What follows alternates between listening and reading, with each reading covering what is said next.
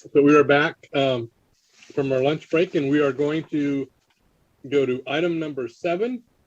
We have a brief presentation by Dr. Demore on higher education, workforce development, and strengthening innovation ecosystems. What we're trying to do with the presentation this afternoon is bring up some things that definitely will be policy issues that come up as we move forward. So we've asked a few folks to come and do some presentations, brief presentations that we can then maybe ask a few questions. And we appreciate your being with us today. And so Dr. Demore, whenever you're ready. All right, appreciate the opportunity. Chair Dennis and Vice Chair Axelrod Bilbray-Axelrod, and the rest of the committee. My name is David Demore. I am the Interim Executive Director for the Lindsay Institute in Brookings Mountain West at UNLV. I'm also a professor and chair in the Department of Political Science here.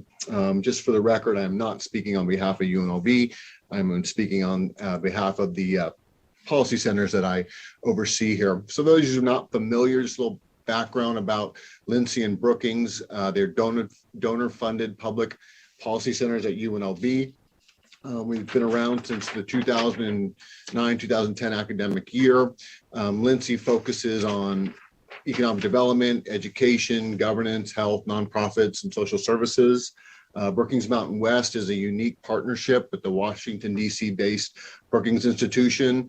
And we look at bringing in ideas and expertise to enhance public policy discussions in the state and to make policy recommendations to build a robust, inclusive, and sustainable future. So this includes visiting scholars who come out from Brookings, pre-COVID, of course, research partnerships that are ongoing, and we also have a minor in public policy for our students at UNLV.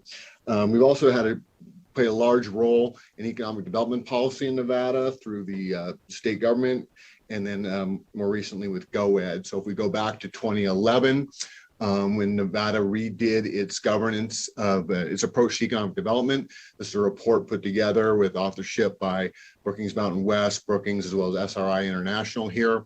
This led to the new structure and the regionalization of economic development policy here, the identification of the core target industries that the state still uses. Also made recommendations for state investment in economic development, things like the abatement strategy, the knowledge fund, the catalyst fund, battle-born growth, and also uncovered lots of deficits that Nevada had at the time in innovation and workforce assets. Prior to COVID, we started working on with SRI and GoEd on what became Nevada's Plan for Recovery and Resilience. This provides a pandemic-based SWOT analysis using essentially the 2011 benchmarkings, some economic forecasting, and identifies some priority areas and policy recommendations here. But since that report came out, a lot of things have changed.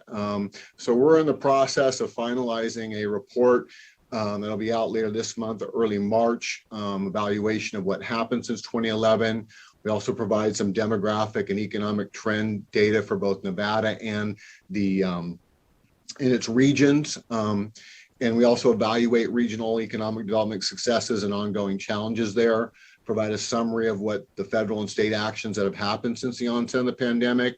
And then we offer a series of policy recommendations, both state and regional here. It's these last two that we're going to speak to today. I'm going to talk about higher education, workforce, innovation ecosystems, and my colleague, Dr. Martinez, will follow and talk about K through 12 education. So a little just where we're coming from here in terms of when we say regions in Nevada, what we define in our report is essentially this idea that if we look at Nevada's demographics, its economy, there is no such thing as one Nevada. It's very, very regionalized here. And so our regional definitions here differ a little bit from the sort of traditional Clark, Washoe, rest of state or rural Nevada. We, as you'll notice, we'll put Pahrump in southern Nye County in with Clark County because there's a lot of economic exchanges, and those are going to increase, I think, in the coming years as a lot of people get priced out of the housing market in Clark County. They may be heading over the hill to Pahrump. We also look at sort of the cohesiveness in metro, what we call Metro Reno, Carson City. So Washoe, Story, Carson City. What else we have? We have Douglas and Lyon together in there. And then the rest of what we call Central Great Basin. Now, if you, the demographic predictions aren't all that surprising here. Obviously, Southern Nevada is going to continue to grow faster than the rest of the state, and it's going to become much more diverse. You're going to see growth, obviously, in the rest of the state. The diversification will be a bit slower, and the diversification is going to be largely among Hispanics. But I think I want to point your attention to one thing I think it doesn't get lost in some of these discussions here, and that is our population is getting older in Nevada. And you're going to see in the coming years what we see an increase in the dependence ratio. That is more retirees, more younger folks not in the workforce being supported by fewer workers relatively, right? So that's something to consider there as with an aging population. Nevada is a little better positioned than some of the other states, but this is a concern here. The other concern I want to point your attention to is that this is a very large state with these distinct regions, and these create lots of isolation within Nevada. And it limits our intrastate economic and social exchanges here. Now, the good news is, if we take a look, Nevada is also blessed with its geography, right? In the sense is that we are highly connected to what we call megapolitan clusters. And this is the idea that my former colleague, the late Robert E. Lang, the initial director of Lindsay and Brookings, this is a book he wrote with Chris Nelson at University of Arizona, this idea of thinking about large populations, exchanges that go across state lines, right? So Nevada is very, very lucky here. You have connections with through mining up through Salt Lake City and even over into Denver, what we call the Mountain Megapolitan Cluster. Obviously, Reno is very, very close to the Sierra Pacific Megapolitan Cluster. And then down in Southern Nevada, something we call the Southwest Triangle Megapolitan Cluster. If you think about this, this is the second largest concentration of population in the country outside the Northeast. So lots and lots of potential exchanges here for economics and social exchanges. And for those of us who live in Southern Nevada, we also know that COVID has brought a lot of Southern Nevada or Southern Californians into our housing market here. So the point here is that this is the context in which we make the recommendations in the report here, and we think the policy needs to recognize and capitalize on this reality.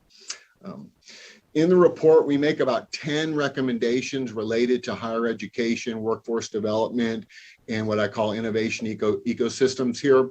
The ones on the right are what I'm going to speak about today. And the first of these is a little bit of good news for Nevada.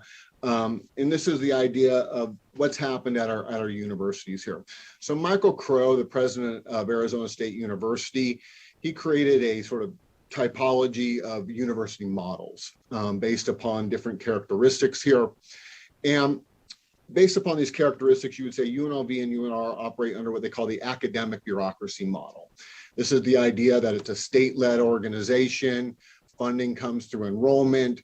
Goals are top down from the state organization, and system is managed by non-academics. Universities that operate in this model, their animating purpose is organizational preservation.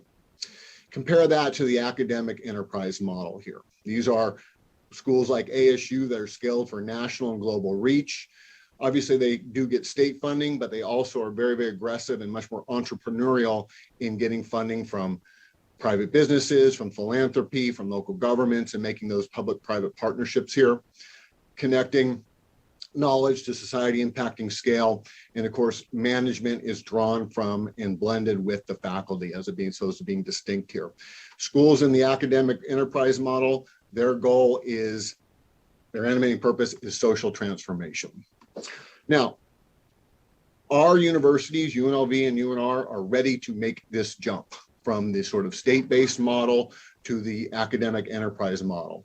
Now, if we go back to that report in 2011, Unify, Regionalize, Diversified, made a lot of recommendations about improving the universities in Nevada. And those investments that the legislature has made have paid off, right? Obviously, you have a funding formula that is based for universities, that is provided and provides additional funding for research. That's been very beneficial here.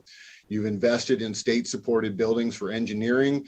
UNR's is completed. UNLV's is being planned. You have a new hospitality building at UNLV in the middle of part of the last decade here. You've funded the Knowledge Fund, and that's led to investments to cultivate public-private partnerships. So you have at UNLV, the Applied Research Cooperative, and at UNR, you have the Nevada Center for Applied Research.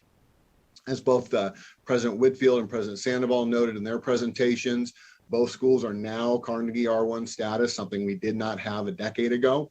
And more importantly, they were able to maintain it even through COVID here. Now, what we see here is there's been a lot of one-offs that would sort of be consistent with this sort of academic enterprise partnership here. So the Kirk Kerkorian School of Medicine building, the UNLV, the medical education building here, that is funded with a little bit of state money, but most of that money is coming from philanthropy here. If you followed the sort of saga of that, you know that that was not an easy thing to get done. It should have been something fairly straightforward, but it took years and years and years. Also, Blackfire Innovation, another example of this, of an incredibly valuable asset that did not exist, that's been funded with private funding.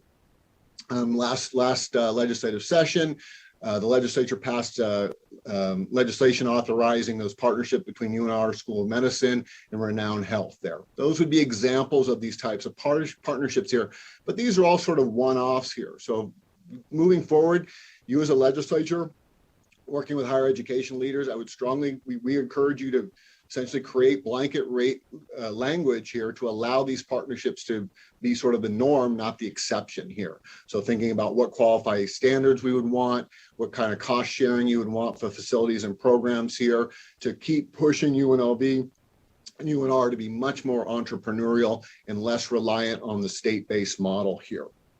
Now, what this also means is that the other institutions in Nevada have tended to get much less attention and much less investment compared to UNR and UNLV. I think you got a sense of that for some of the earlier presentations in terms of talking about funding, talking about facilities, those types of issues here. So we make a lot of recommendations here because we see these institutions as being vital to workforce development and to sort of find those mid-level credentials here that I think a lot of the presenters discussed here. So one of the things I think that you need to consider, and this is obvious legislation that's been before your body a number of times, and that is locally based governing authority for non-universities, right? You could think about this as a real disadvantage for these. These are regionally based institutions here. All of their peer institutions, excuse me, will have some form of regional governance here or local governance here. We don't have that in Nevada. And you can think about what that might look like in terms of bringing in those people who are making these partnerships and these companies here, having them actually sit on the board and help them direct the curriculum there. We also think, excuse me, there should be a clarification of the missions of the 2- and 4-year colleges here. It's amazing all the things that they tend to do there. But I think some of that also means that they're not doing other things that you, the legislature and the economic development community might like to see here. So one thing to think about here is aligning the zones to essentially reflect Nevada's economic geography. So right now, Pahrump is served by Great Basin, even though we know there's lots of people commuting into Clark County from Pahrump. It's part of our economic sort of area here. So that should be something to consider there, right? We think if you look at Great Basin College here, that is one of the biggest 4-year college deserts in the country, right? They're actually closer to the University of Utah than they are to the University of Nevada, Reno. You're already offering a lot of 4-year degrees at GBC. Our recommendation is to make that a full 4-year status akin to what you see at Nevada State here. One of the other things that we know is occurring here is what we call mission creep, right? So if we ask the federal government how many community colleges Nevada has, the answer is 0.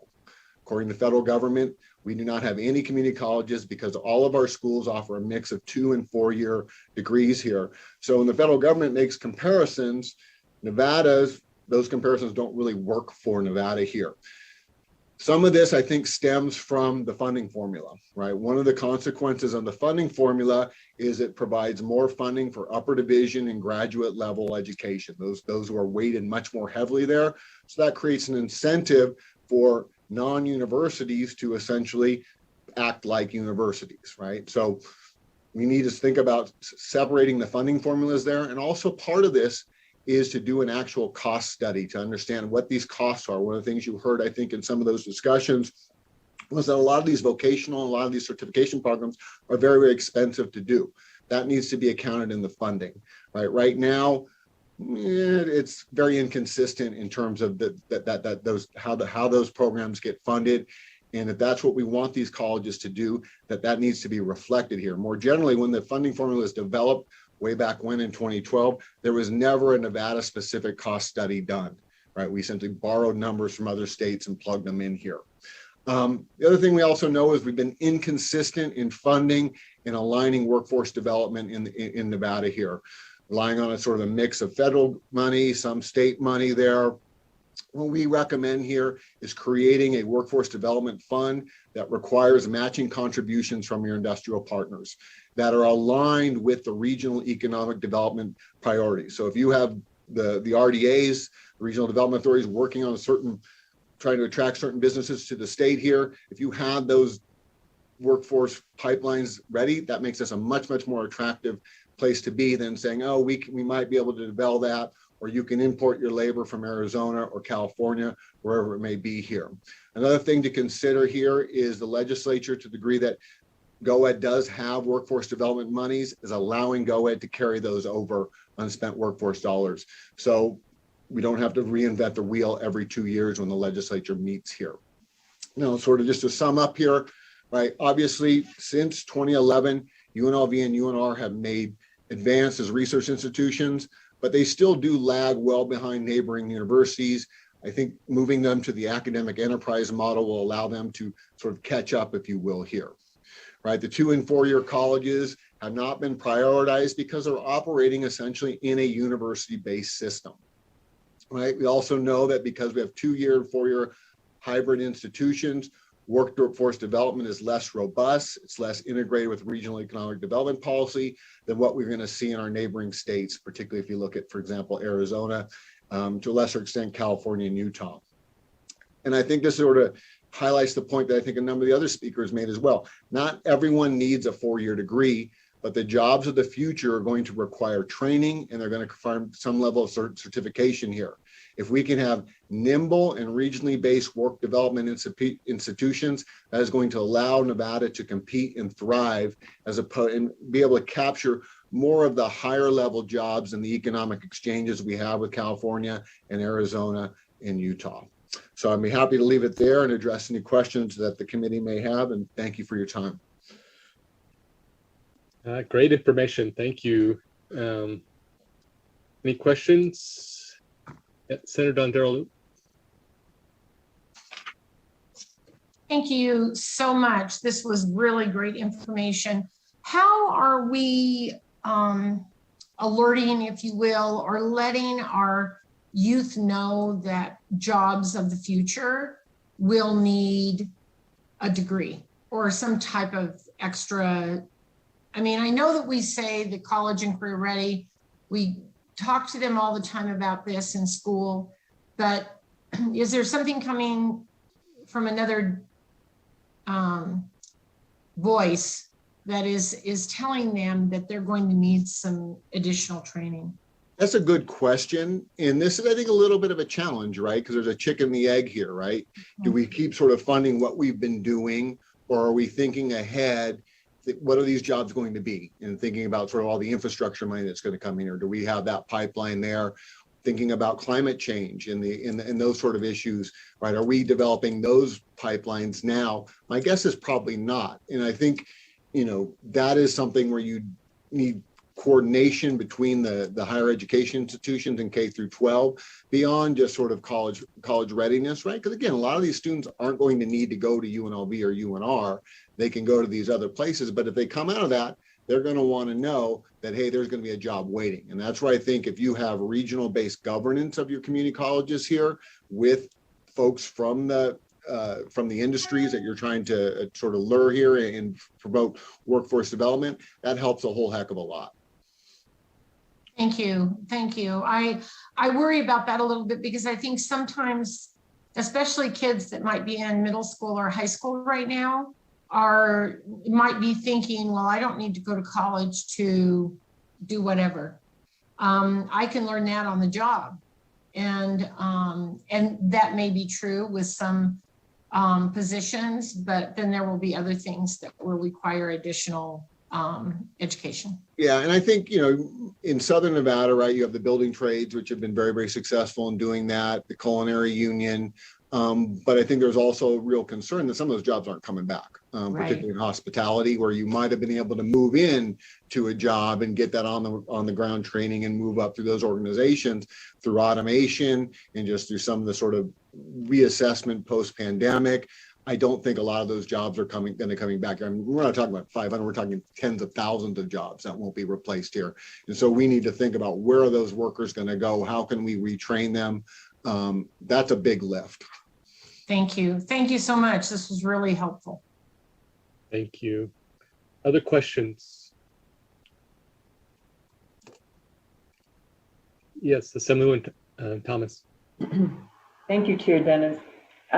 Thank you for the presentation. Matt, I will echo what the Senator said. This was a really informative conversation that you've given us to consider.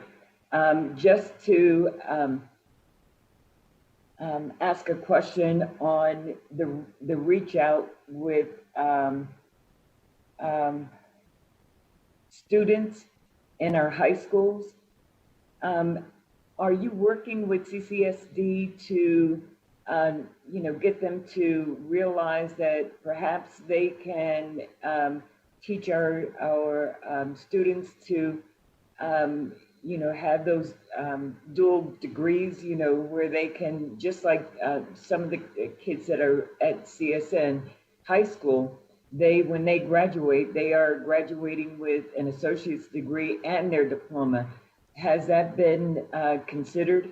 I mean, you do have those partnerships out there, right? I think the magnet schools are the best example of that. But to the degree that that's a direction the state wants to go, we should definitely need more of that, right? And thinking about what those jobs are going to be, a water tech job, for example, cybersecurity jobs, those type of jobs. Yeah, if you can begin that at high school, it gets them that much farther along there. So I'm thinking, yeah, that's definitely, and that's where I think closer engagement with the economic RDAs, with GoEd, with NSHE, right? Thinking about, instead of one size fits all state size solutions here, realizing there's a whole lot of variety here, and what may work in Great Basin is not going to work in Clark County, and accepting that in sort of really embracing that regionalism and thinking about what governance and what resources you can bring in at the regional level to address those concerns. But I think you're absolutely correct.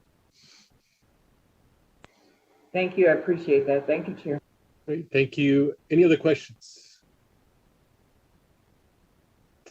I don't see any. Thank you so much. I always appreciate having this discussion, especially when we talk about the megatropolis or whatever. Megapolitan. Megapolitan. Yeah. We don't really think about that, but that's, people don't look at state lines and you stop when you get to the state line, right? So these are all good things that help. No, I think you've seen, a lot of the firms that you're attracting to TRIC are coming from California, right? For regulatory reasons, right? We know, we have a huge population gains from Southern California, right? Even from Arizona as well. And we need to sort of think about how can we maximize those, as opposed to just sort of thinking this is one state. No, we're one state that's part of a much, much bigger economic zone. Right. I appreciate that. Thank you so much. Thank you. Be helpful as we move forward. Thank you. Okay, let's go on to our next presentation, item number 8, presentation concerning K-12 Hispanic students in Southern Nevada and key K-12 policy issues related to a people-based economic development strategy. And we have Magdalena Martinez, Dr. Martinez here with us. So Dr. Martinez, please.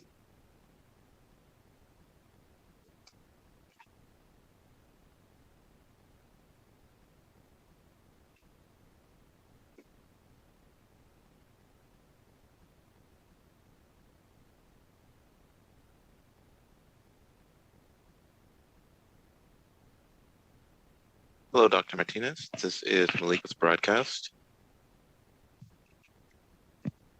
Looks like you're sharing your desktop instead of the PowerPoint application. If you click on the share screen button at the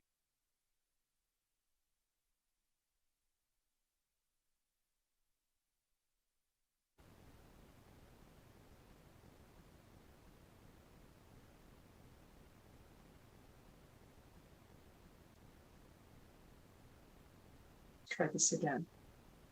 How's that? Yeah, that looks good. So you see my presentation and not my notes, I hope? Well, we won't tell you. No, just kidding. We just see the presentation. Very good. Thank you very much for having me today. Again, my name is Magdalena Martinez. I'm an assistant professor at UNLV in the College of Urban Affairs, as well as the Director of Education Programs at the Lindsay Institute. And as my colleague mentioned, today I'll be talking about K-12 education policy issues. Dr. Damore set the stage for the larger conversation related to economic development and the role of the Lindsay Institute in helping to expand and amplify the conversation around workforce needs and economic development and the role of regionalism. And I'll be taking a little bit of a deeper dive on K-12 specifically. So research confirms that the close connection between education and a robust workforce. What we've heard today, unfortunately, high school graduation and college participation rates are stratified along socio-demographic lines, and economists warn us that an increasingly diverse population is a threat to keeping pace with an educated workforce demands.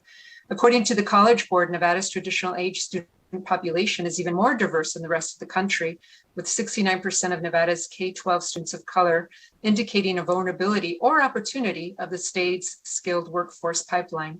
Moreover, we know that at least 62% of Nevada's jobs will require some form of post-secondary education, as we've heard today from other speakers. And finally, Latinos in Nevada will make up an increasingly large percent of our state's population. Now, with regards to education and COVID, we're all very familiar with the implications in our K-12 system, and specifically high school graduation rates have dipped in at least 20 states, including in Nevada. Excelencia in Education reported that Latino and Black college students have lower retention rates than their Asian and white peers. This is especially the case at community colleges, and this was in particular during the recession. Of course, the underproduction of teachers and COVID closures have intensified many of these inequities, as you've heard today.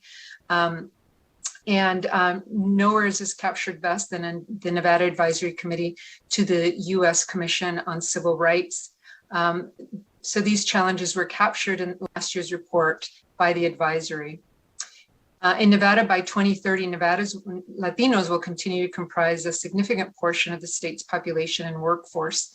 That said, I'd like to share two specific briefs that can help close the gap for Latinos and other underrepresented students. This report by Reeves and Smith, a Brookings Fellow, Richard Reeves, the growing need, improving K-12 education for Hispanic students in Las Vegas and beyond.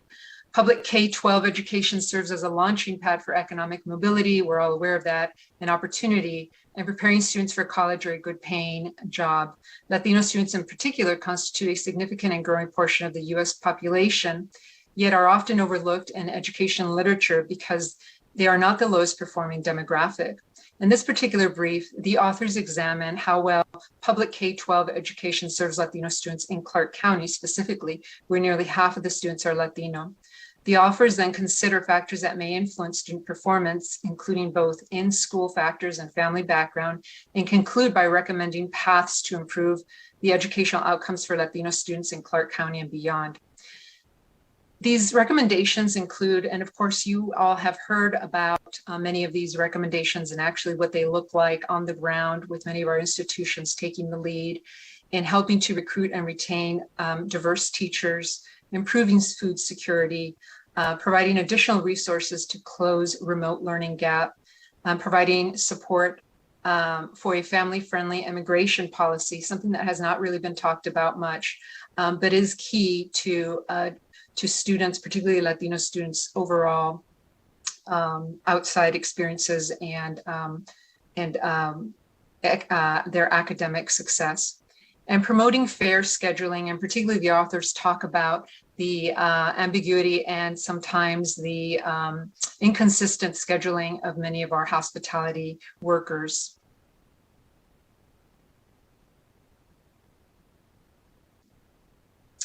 The second brief I'd like to touch on is the growing need for diverse teachers in the Mountain West. This is by Michael Hansen and his colleague Quintero. In this policy brief, the authors examine the racial and ethnic diversity of the public teacher workforce in 5 Mountain West states, including Nevada. Drawing on survey data from 1993 to 2016, the authors find increases in the student diversity are generally outpacing teacher diversity in all the states. In addition, the authors demonstrate the recruitment and retention of non-white teachers in these states lag considerably behind the rest of the US.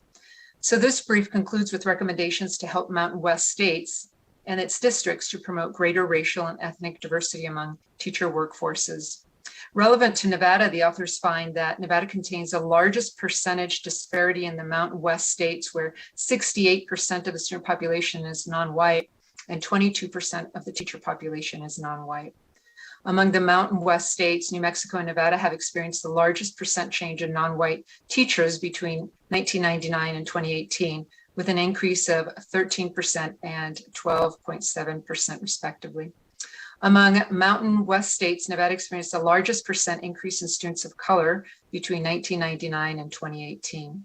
The policy recommendations that they propose is make teacher diversity a priority. A state-level strategic approach to promoting more teacher diversity may prove more effective in raising awareness of the issue and offers a broader potential to reach results.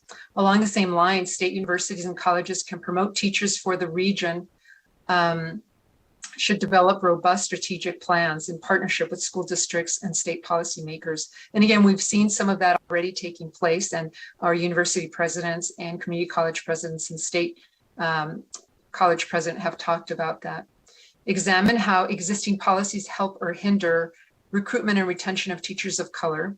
Current state and district policies, though implemented in race-blind ways, may inadvertently raise barriers for teacher candidates from non-white groups. For example, licensure exams, student teaching requirements, and license reciprocating policies across Mountain West states may raise barriers that are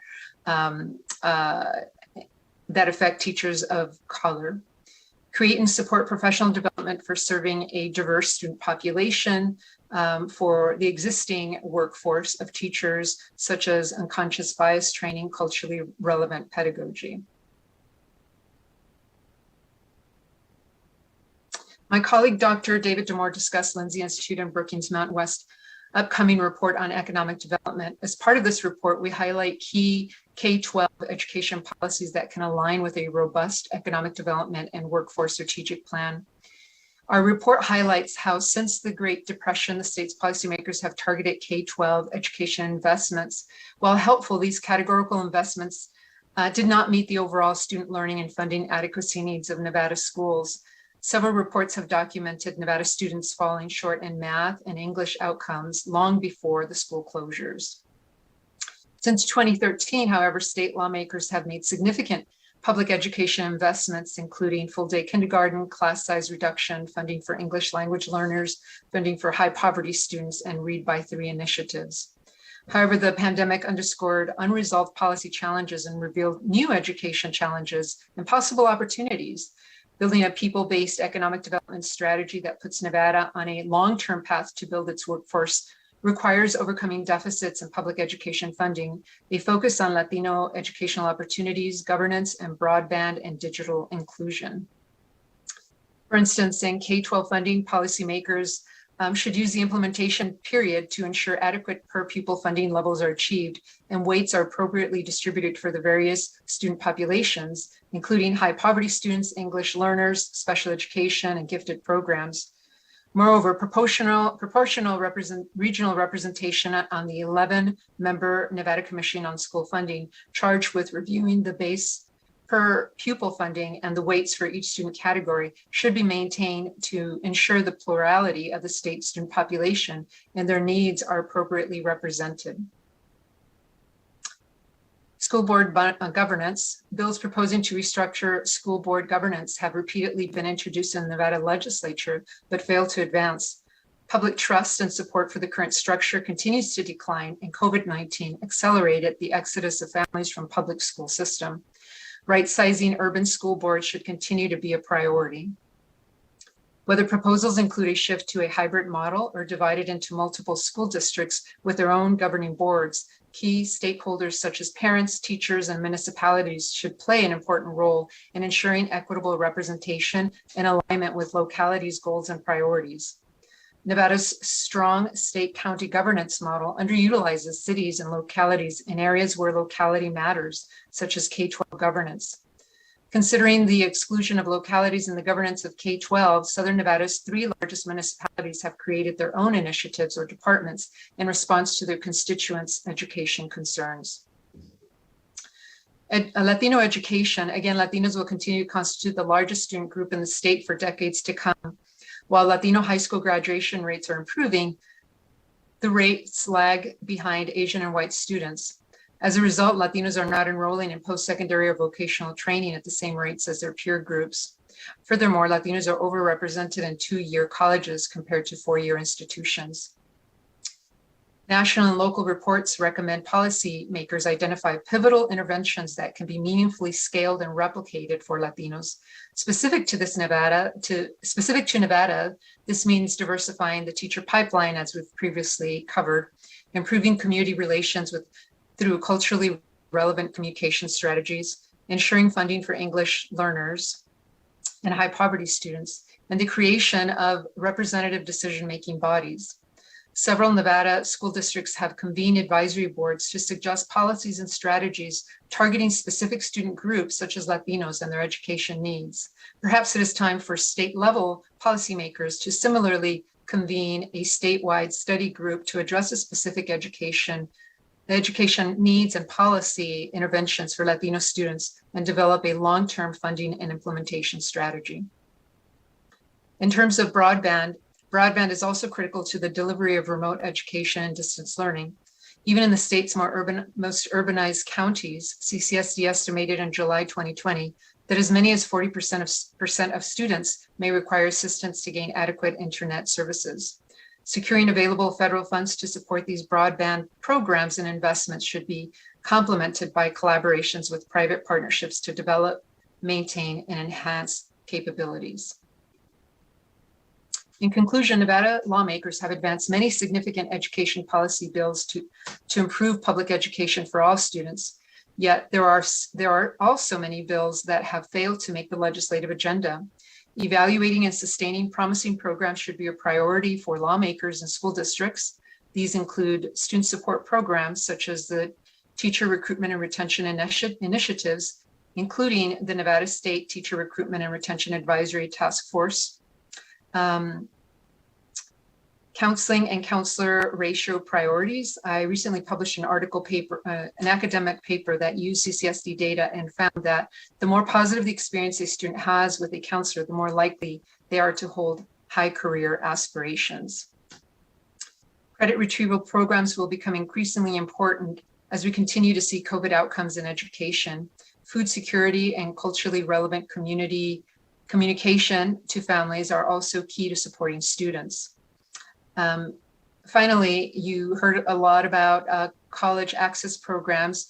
Continuing to evaluate and promote these types of programs will be key for college and career knowledge programs. For instance, summer bridge programs through public-private partnerships, the Latino Youth Leadership Conference offering one example, early pipeline programs such as Gear Up and Upward Bound, college affordability programs, which you heard from the post-secondary institution presidents, how they've made a difference on their campuses, including the Silver State and the Nevada Promise Scholarship.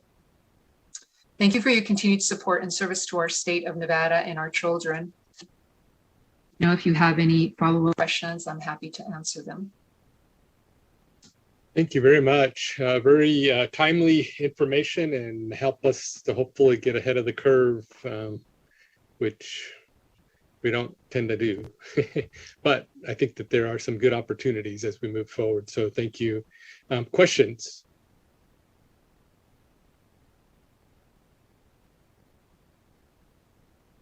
Yes, Senator Donderlu. Just a really quick question, Ms. Martinez. Thank you so much for this information. Where can we access your papers that you have written? The paper I referenced right now was the a paper on counselors using CSC data. I'm happy to forward that. Would you please? Yes. Thank you. Absolutely. Thank you very much. Any other questions? I'm sure all this information that was shared is available, at least the presentation's available with our meeting packet today that's online. Thank you very much, Dr. Martinez. Appreciate your insight and your information. It'll be helpful as we move forward. So thank you very much. Thank you. All right, we will now go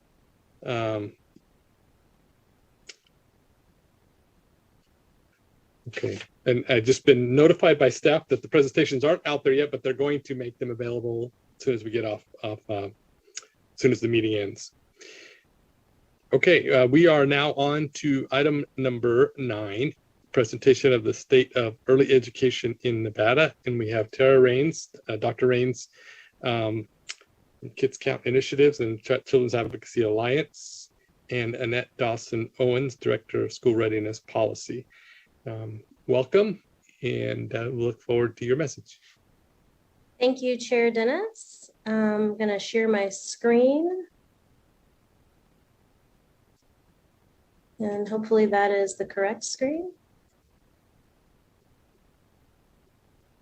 Ms. Rains, it appears that you've shared. Oh, never mind. Go ahead. That looks good. All right. Perfect. My name again is Dr. Tara Rains, and I'm here representing Children's Advocacy Alliance, and I'm joined by Annette Dawson, who is going to deliver part of this presentation with me.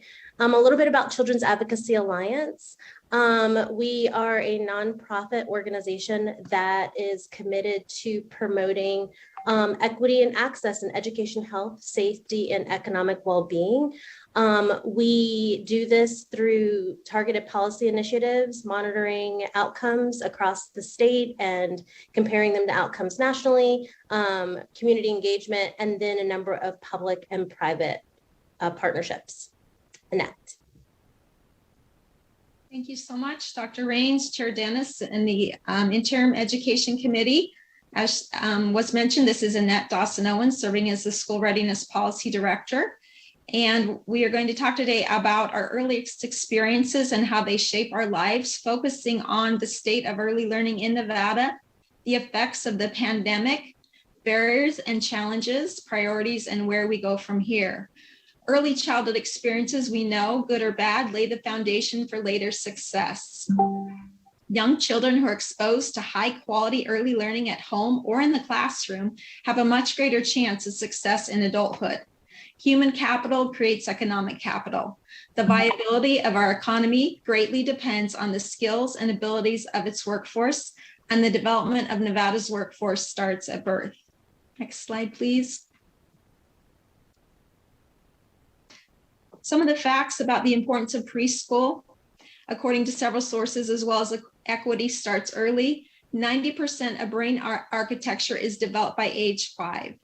At-risk children who do not receive a high-quality early childhood education are 25% more likely to drop out of school, 40% more likely to become a teen parent, 50% more likely to be placed in special education, 60% more likely not to attend college, and 70% more likely to commit crime.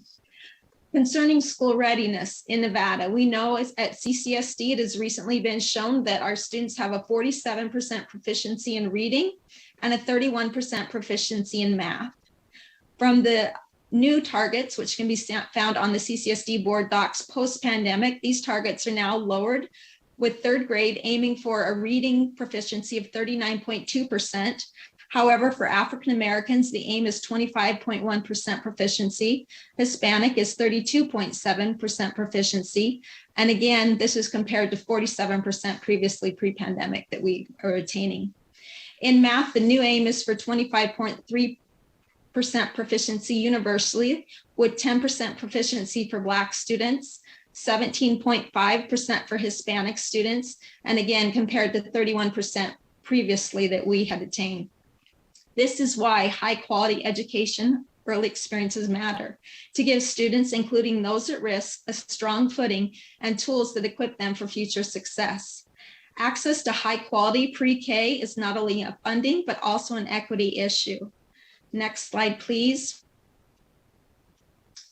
State policy choices can empower our parents and support healthy development of children. We must also care for the caregivers who are caring for our children. Systems of support require a combination of broad-based economic and family supports and interventions. Variation in state policy choice leads to a patchwork of supports for families depending on where they live. At the Children's Advocacy Alliance, we are committed to mapping out these supports across the state of Nevada so we have an accurate representation of true access for all Nevada families. We are also committed to advocating for caregivers where there is a high rate of turnover and where training can be intense with low wages. Next slide, please.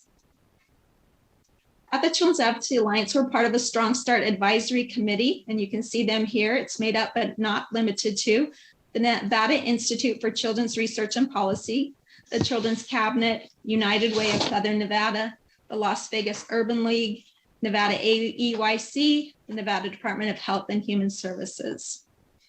Next slide, please. In Nevada, we are united in our effort to support a significant expansion of high-quality early learning opportunities for children, particularly those in low-income families, in order to better achieve the education, health, and social and economic outcomes for all.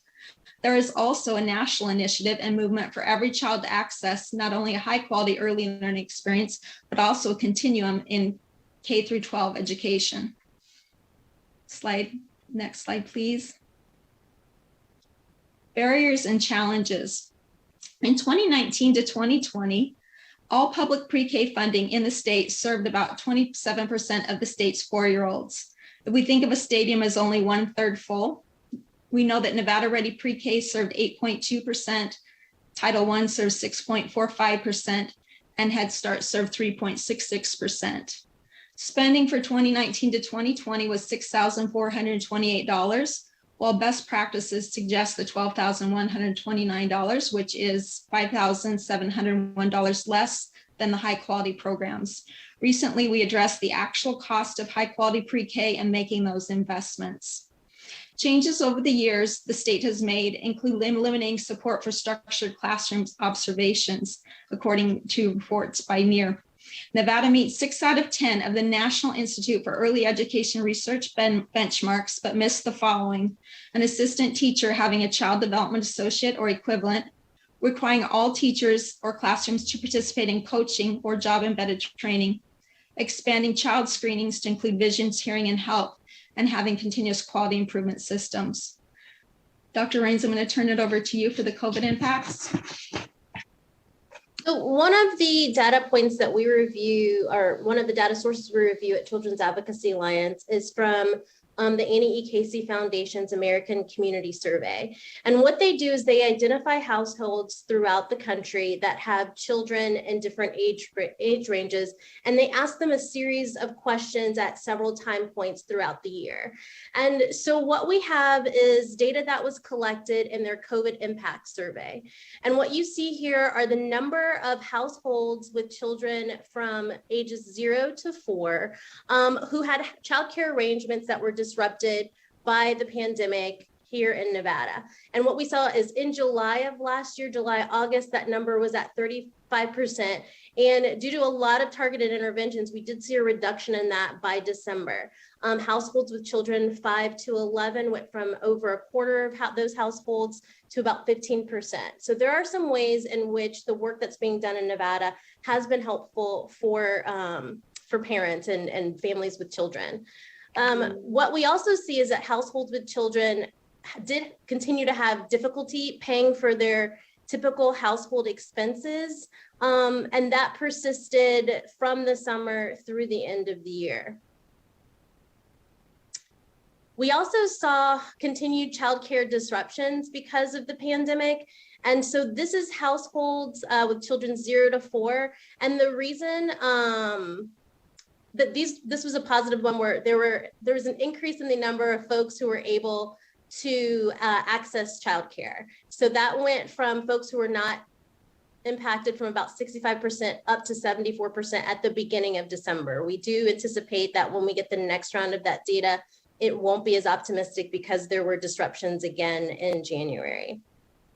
The number of parents who took unpaid leave in households with children ages 5 to 11 increased from July to October. We did not have enough data collected in the state of Nevada to report on the December numbers for this particular data point. Same thing here, the number of adults from July to September, we saw an increase in the number of adults who had to take unpaid leave or sick leave to care for their children's ages 5 to 11. We did see a decrease in the number of adults who reported that they did not look for a job because they did not have anyone to care for their children. We did see an increase in the number of households where folks were having to supervise one or more children at home while working from home. We did see an increase in the number of folks with children under 12 who cut their work hours from the summer to the fall, a slight increase there, and a decrease in the number of folks who left their job.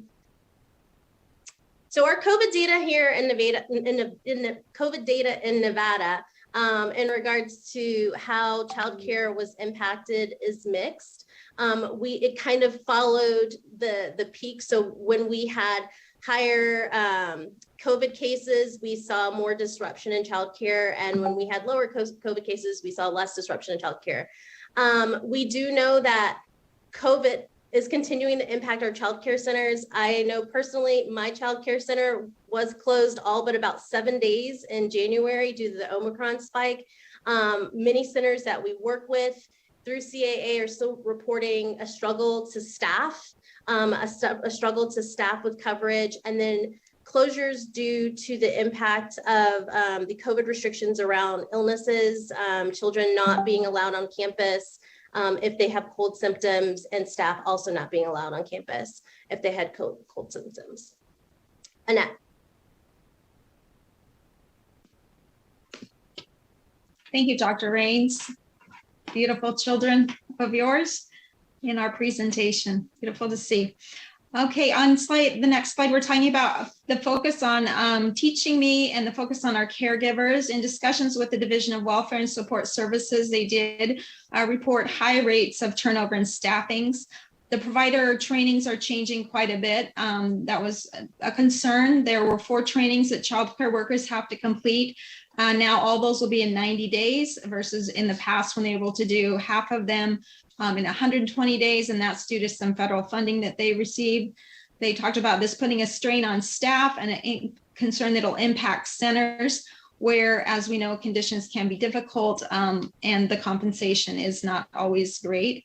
We at the Children's Advocacy Alliance advocate for increased investments and finding ways to elevate the profession. The friends and the family providers are on the increase a little bit, which makes it easier for families to access centers. The Children's Advocacy Alliance is also working with youth living in foster care with an interest in early education training and connecting those youth to those pathways. Next slide, please. Thank you. Again, dealing with accessibility, different ways that we can access childcare and improved outcomes for children. A couple of statistics for Nevada provided by the Center for Economic Development showed that in 2021, 67% of mothers with children under 5 were participating in the labor force, which was actually up 6% from 2019. Again, highlighting the continual need for childcare and solutions. And in 2020, an average family with children under 5 spent approximately 6% of their income on childcare. Childcare can be very expensive, costing more than college for families. And that is something we continue to find ways to work around that and provide incentives. Next slide, please. As far as opportunities, the Children's Advocacy Alliance's focus is to increase per child spending to implement policies that support quality, to increase access for 4-year-olds to attend the Nevada's Ready State Pre-K, working to expand eligibility to also include 3-year-olds. And at the Children's Advocacy Alliance, we also advocate for increased support for aftercare hours and centers who serve children with disabilities. Next slide, please. CAA's priorities, we talked about them here. We also want to note that Dr. Rains did a great job of preparing these assembly district reports for each area so that we know where we stand in different areas of children's well-being. We also, we can't stress the need for quality of care, access, universal pre-K, as well as those mental health supports that I was pleased to hear President Whitfield talked about and that the community is calling for and in such need of post-pandemic. Next slide, please. That's our legislature. You all appreciate your work. This has been an amazing meeting to see all the things going on with education, and it's a lot of information. So very much thank you for the work. CAA is also working during this interim to partner on future outcomes for the next legislative session. Next slide, please. In the past, these are the things that we advocated for at the Children's Advocacy Alliance, specifically preserving childcare slots and supporting the QRIS program. In addition, some other issues we worked on were school readiness related, were restorative justice, summer school, financial planning, and class size reporting. So that's a marker there. Next slide, please. At the Children's Advocacy Alliance, we are actively involved in training parent ambassadors.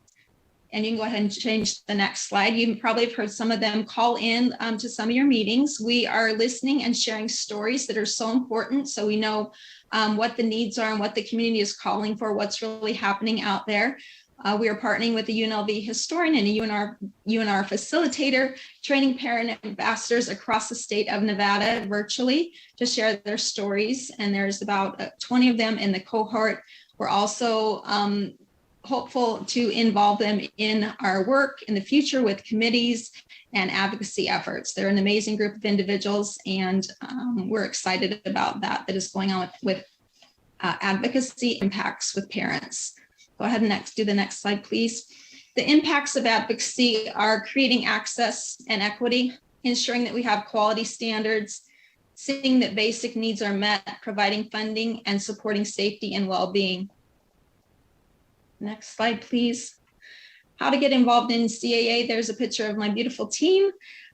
We are doing town halls, op-eds, listening sessions. We are cultivating legislative champions, individuals like yourself that want to partner in the work, and we are happy to help with anything that would be of service to this committee. Appreciate the opportunity to present here to you, and our contact information is there below. All children deserve to be born healthy and raised in nurturing environments with limited exposure to adversity. Nurturing relationships in the earliest years of life lead to healthier brains and bodies, which influence health and well-being over the course of life. Chronic adversity harms children's neurological, biological, and social development and can have lifelong consequences. Many children lack the opportunities to the healthy start they deserve.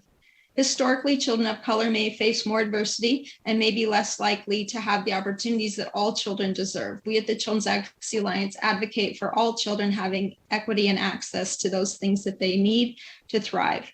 The question is not whether we can afford to invest in every child, it is whether we can afford not to. So appreciate your time today and all your efforts that you put in behalf of Nevada's children. Thank you very much. Thank you for all the work that you do. Make sure we keep track of those, especially those little ones that are just getting ready to come in. And so thank you. Okay, any questions? Yes, Assemblywoman Thomas.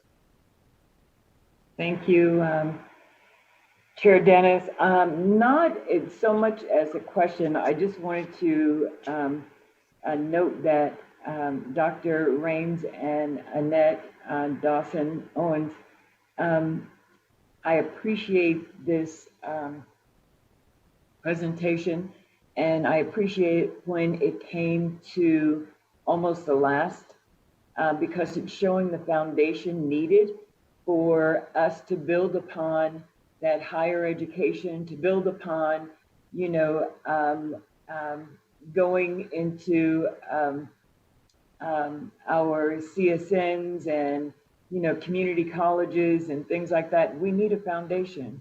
And the foundation begins with pre-K. I really do believe that. And I really do believe that this presentation opens up a big light to what we have to invest in our state here. If we don't do it now, when do we do it? You know, when, you know, I heard earlier through the Lindsay, Dr. I don't want to call his name because then I'll mess it up. Anyway, when he had stated that, you know, some of the jobs that we are currently, you know, have like in hospitality, those jobs are going to go away.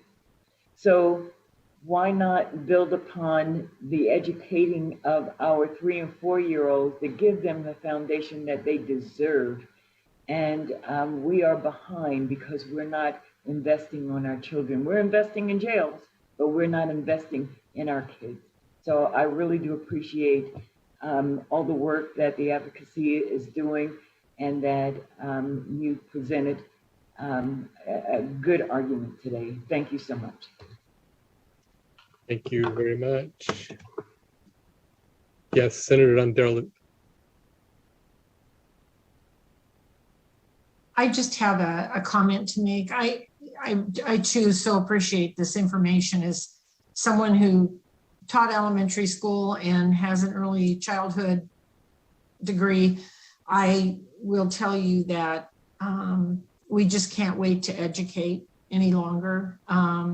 We have to start these children out early and strong and give them the best base and foundation that we can. And so I hope that we can make some headway and get our little people started early. There's lots of things that go to educating little people. People, I think, sometimes think that it's just immediately putting them into reading or immediately putting them into math. And there's a lot of skills, social skills and listening skills and learning things that go on in those environments that aren't necessarily alphabet driven, if I can use that as an example. So thank you so much.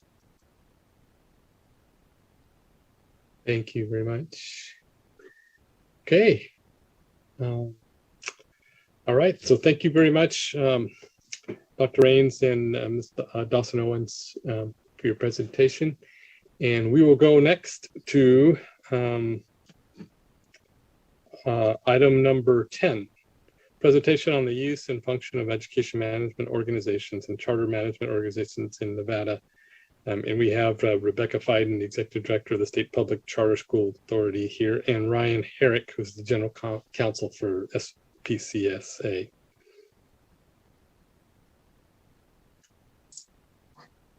Good afternoon, Chair Dennis and members of the committee. It looks like you can hear me and see my screen, so I'm going to go ahead and proceed unless I hear otherwise. This is Rebecca. You're good. It looks good. Perfect. Thank you so much. So again, Rebecca Fiden, Executive Director of the State Public Charter School Authority, for the record. Thank you for the invitation to present this afternoon regarding management organizations.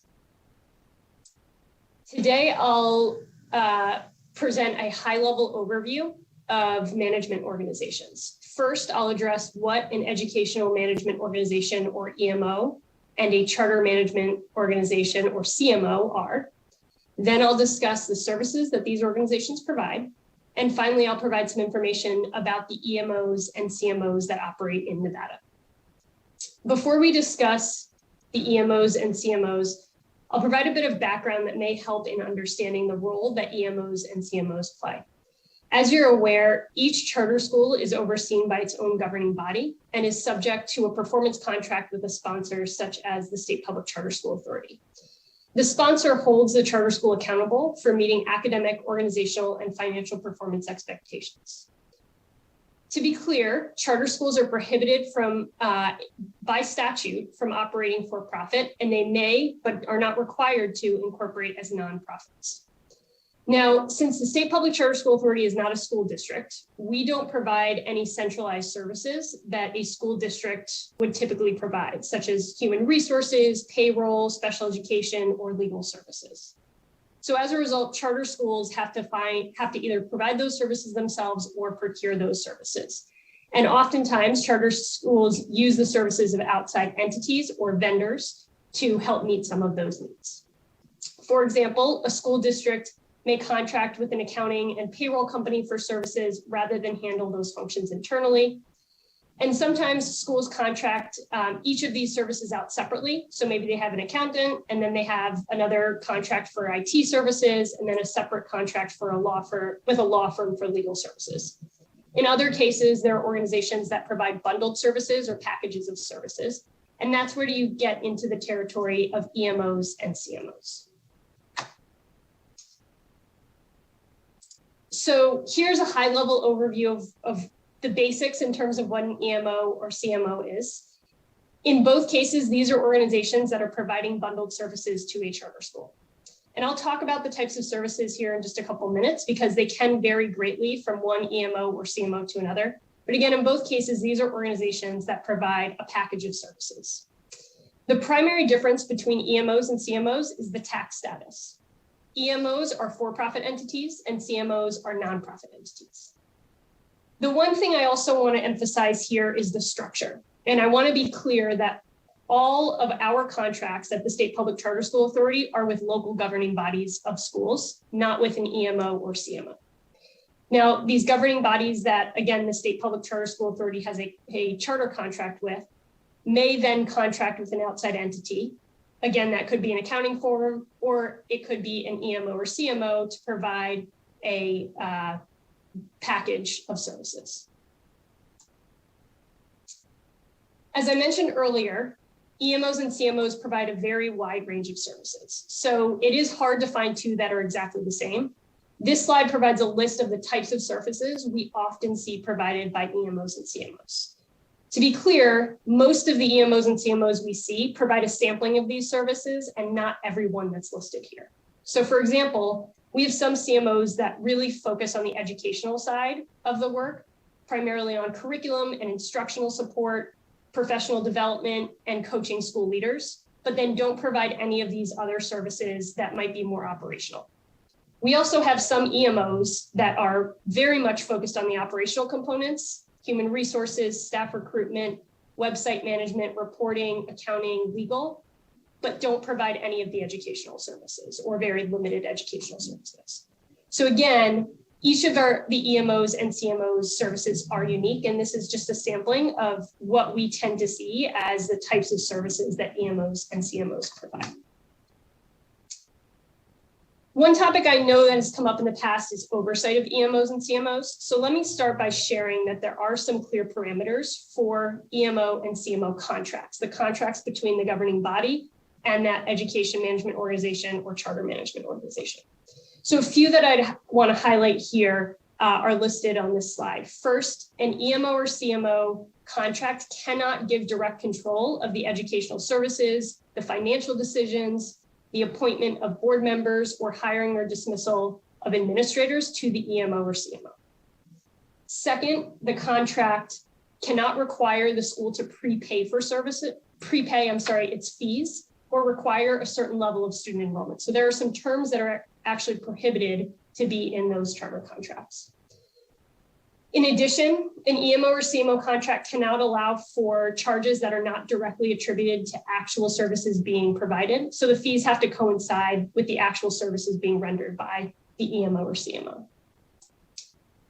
These contracts may not include any automatic renewal terms, so they do need to give that governing body an opportunity to evaluate and make a decision as to whether or not to continue to get the services from that organization. And then they also cannot conflict with the terms of the charter contract between the sponsor and the school. So again, there are a number of restrictions on EMO and CMO contracts that ultimately help to maintain the authority of the school's board to run that school. Now, moving into CMOs and EMOs in Nevada, this slide includes the CMOs currently operating in Nevada. There are 4 charter schools that we currently have that contract with a CMO, and that's out of our 38 charter contracts. So that represents approximately 11% of our charter schools contract with a CMO. This next slide includes EMOs that contract with schools in Nevada, and we have 14 charters that contract with an EMO, which represents 37% of our charters. So again, I know that was a very high level overview. I anticipate there will be a number of questions, and I'd be happy to address any questions you may have or provide any additional information. Okay, questions? Yeah, Assemblywoman Miller.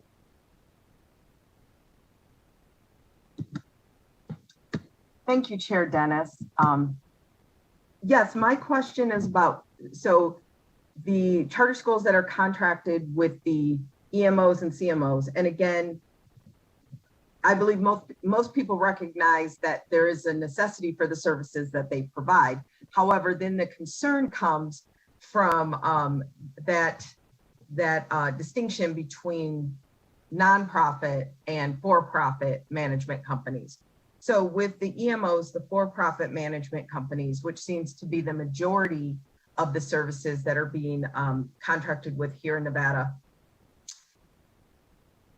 when you say, can you, one, further define for-profit, and if the intent of these for-profit companies is to make profit off of our schools and these contracts? And if so, then, and again, I realize you may not be able to answer this right now, but how much profit are they making off of our charter schools here in Nevada? Thank you, Assemblywoman Miller, for the question. So first and foremost, I want to say that the majority of organizations that our schools would contract with, right, whether it's an IT company, a law firm, an accounting firm, most of those entities are typically for-profits in kind of the business world, right? And so I want to just briefly kind of say that there are a large number of for-profits, even most of our curriculum providers, McGraw-Hill, Pearson, right? Those are big for-profit companies. And so in terms of EMOs then, I think your question is kind of, what's their purpose? What are they set up to do? And I think the answer is probably different for some than others. In most cases, so the largest EMO that our schools contract with here in Nevada, Academic in Nevada, really what they do is support schools in Nevada. And so I think that, you know, if you were to ask them, I would expect they would say that's their primary purpose. But there are some organizations that are broader. For example, you saw that one of the schools that we have here contracts with Pearson Online Blended Learning. Pearson is a giant company. It's probably a branch of the Pearson entity. And so they have a broader goal and purpose in the way that they're structured.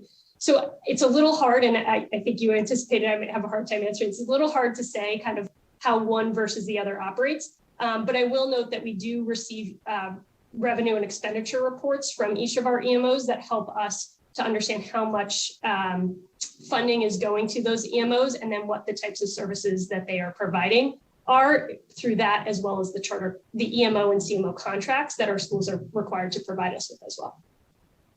Follow up, Chair Dennis. Go ahead. Thank you, Chair. Director Fiden, so maybe I should let me try to tighten this question up again, because I do recognize, as you say, you know, pretty much everything a school does to operate is working with a for-profit company. But when I'm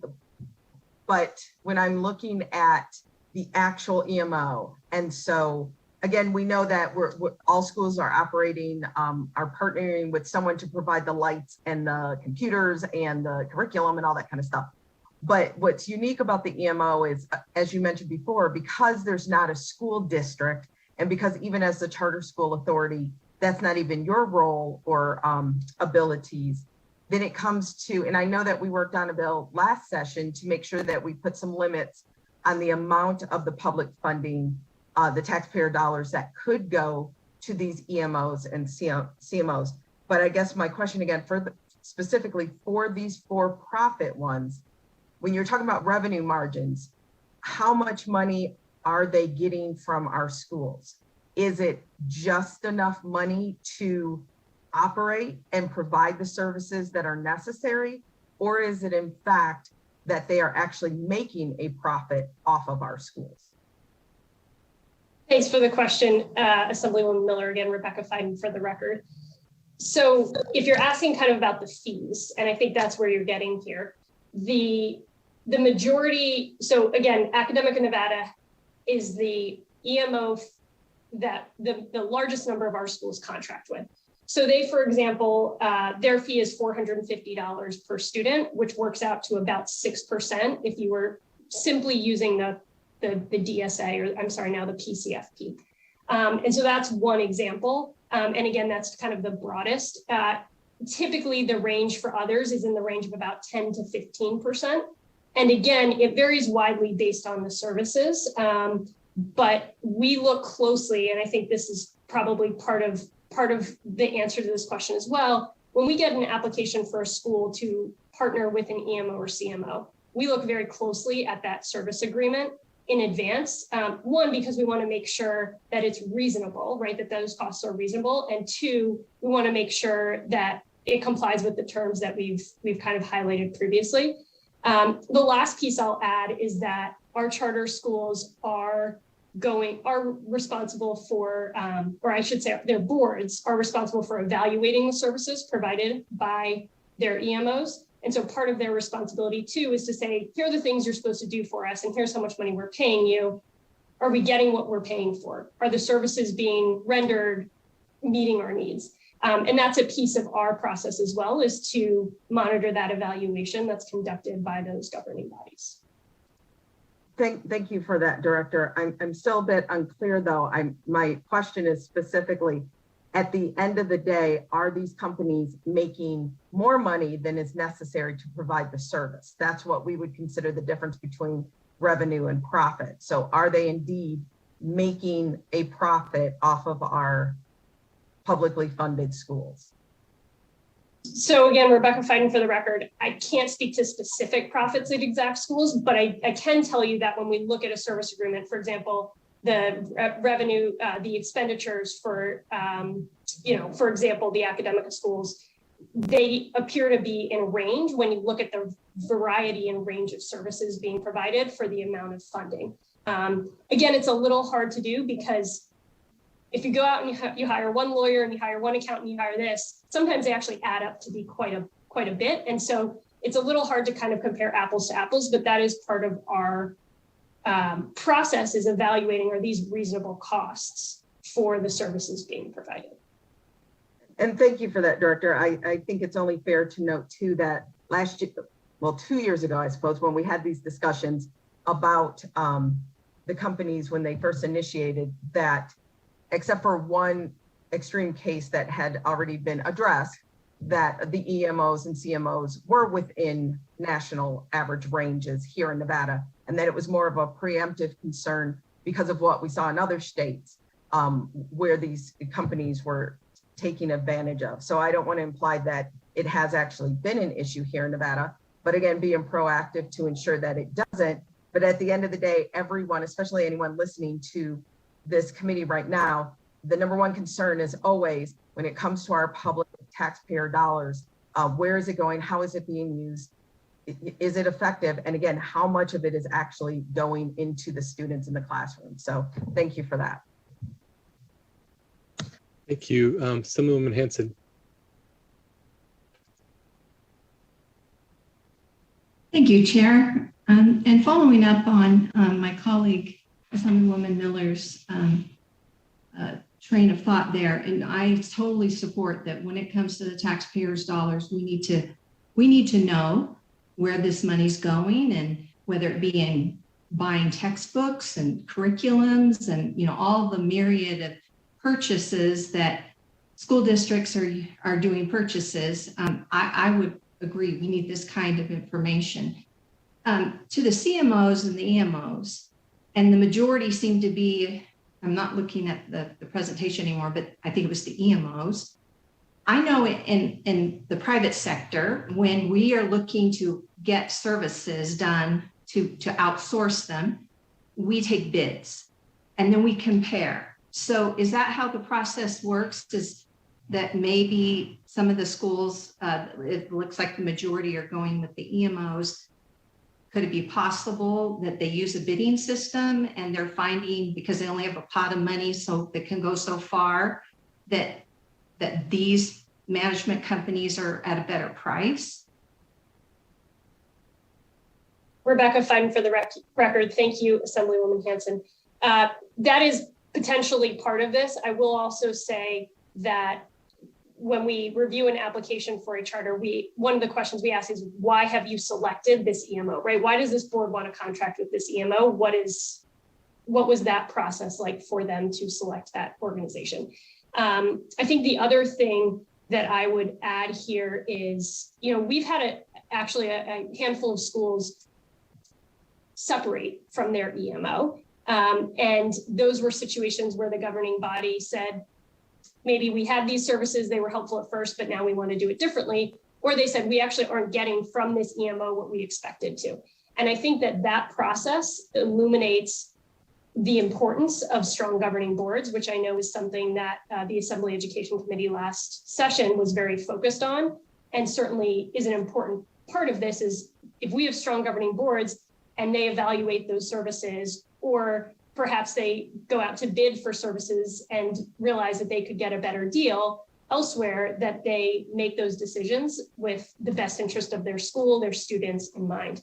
And so, again, it can go both ways. We've actually had 3 schools in the last about 3 years that have separated from their education management organization for, again, a variety of reasons. And just a quick follow-up, Chair. Go ahead. Thank you. Are the contracts, is there a certain date? Are they a year? Like if you want to get out of the contract, are you locked in a minimum of 3 years, 5 years? Rebecca Fiden, for the record, thanks for the question again.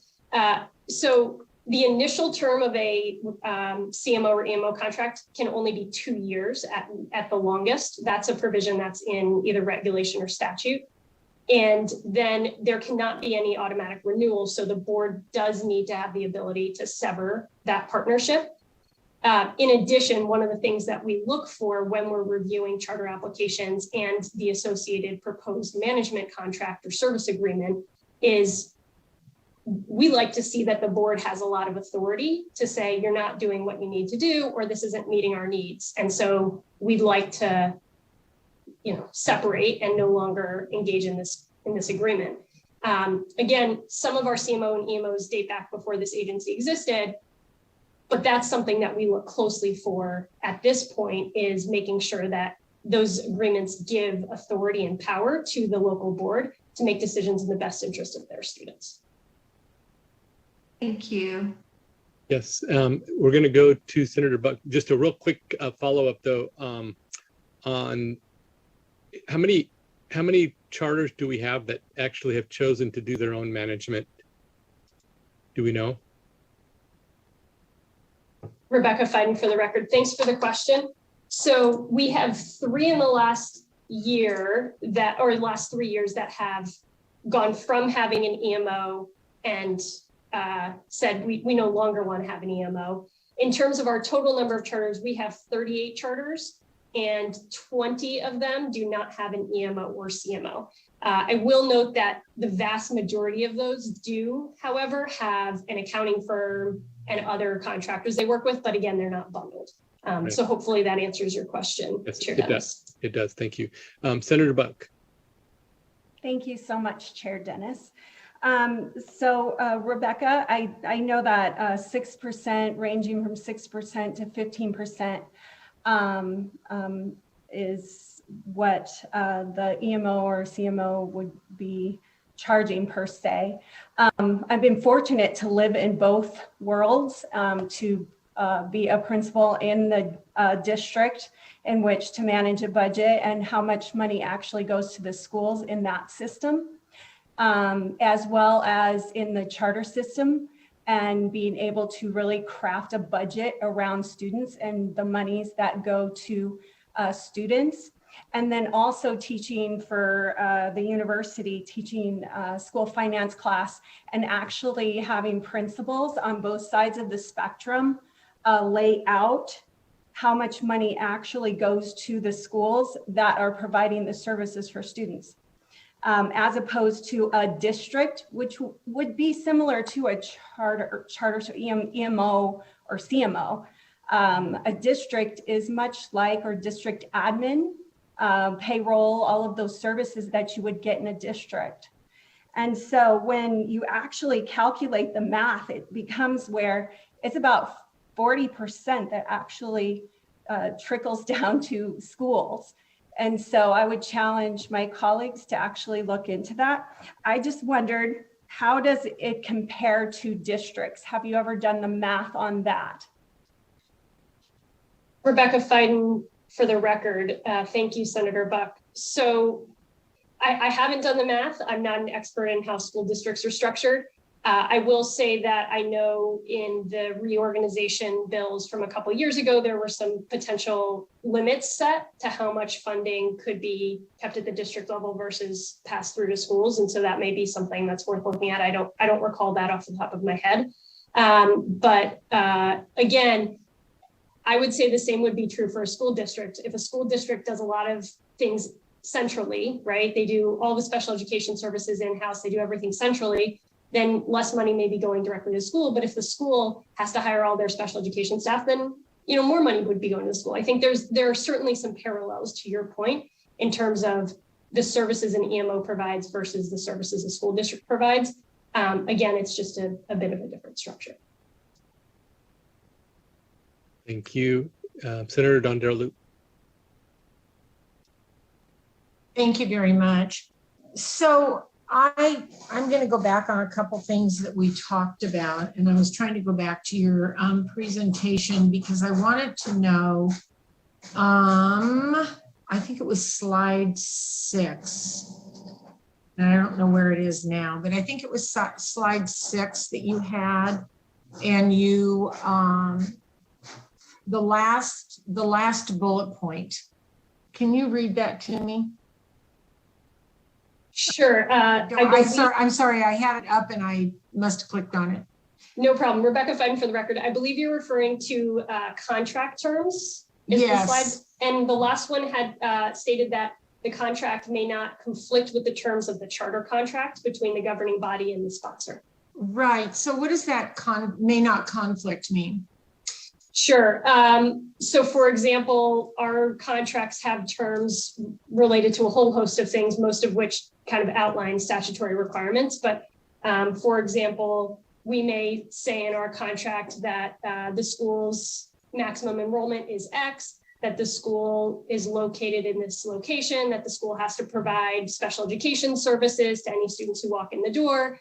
Their contract with the EMO or CMO can't conflict with our contract, meaning our contract prevails and supersedes anything that is based in our state law and the way that our contract is structured. Does that answer your question? Yeah, sort of. I guess I was going back to also, I sort of took some notes.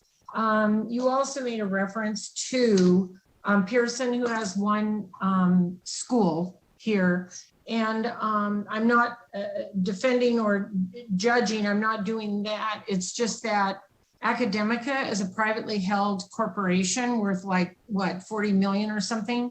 And Pearson is a whole different type of company that has one school here. So, having a private company, it's not the same type of thing. And it's a nonprofit. And I always say, and I truly believe this, I absolutely do not pass judgment on how anybody educates their children, whether it's private, public, homeschool, or charters.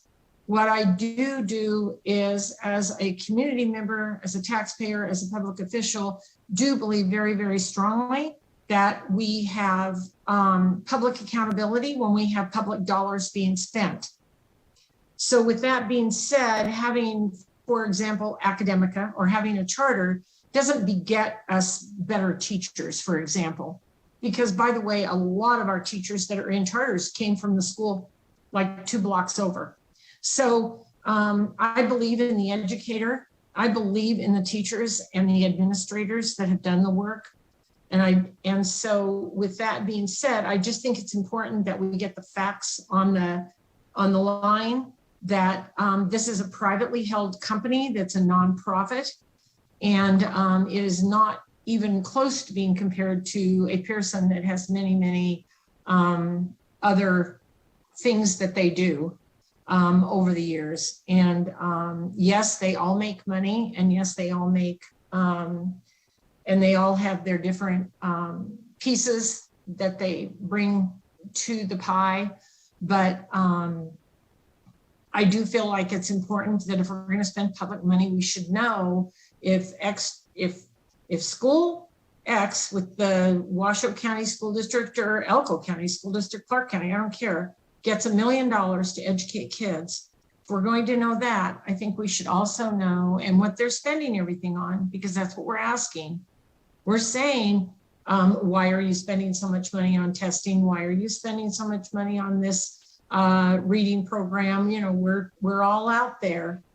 So then I think it's important that we say, if academic is making, $1 million on every school, because this is a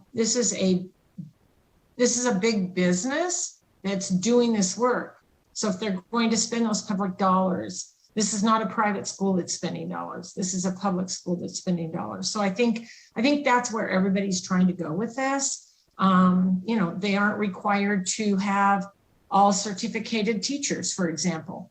We heard that bill last session. So if they're not going to have certificated teachers, then they're really not matching all the mandates that we have. So I think those things are important when we talk about specifics and we talk about all the things. And by the way, schools are lucky to have people like Senator Buck, who has gone through several systems. But I myself have educated kids lots of ways. And so I've been out there and seen those same things. So I don't know if there's a question in there, but I think that the questions that have been asked are important to be answered. Thank you. Thank you. Any other questions? Okay. Well, thank you very much. That was very helpful information. I know we've had a lot of discussion on this, and I think especially for the members as well as the public that's listening in, so that they can understand how that really works. We talk about it, we hear about it, and we see different articles on it. And so thank you very much. Thank you. All right. That's the end of item number 10. We now come to our the next item, number 11, which is our last public comment. As a reminder, we ask that public comments be kept to 3 minutes per person so that everyone interested in speaking can be accommodated. Person may also submit public comments in writing, either in addition to testifying or in lieu of. Information on how to submit comments is available on the agenda. So BPS, if you could please add the first caller into public comment. Thank you, Chair Dennis. The public line is open and working. However, at this time, we have no callers in the queue. Let's give it just a minute, because I know there's a little bit of a delay. So let's just hold it. I would say at least 30-second delay. Certainly. Thank you, sir. PPS standing by.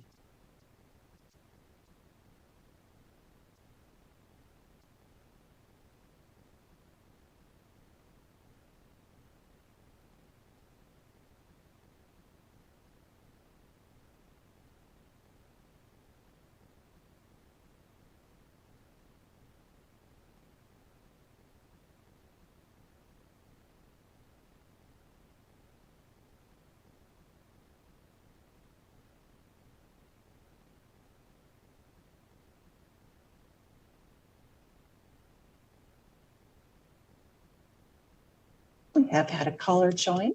To provide public comment, please press *9 on your telephone to take your place in the queue.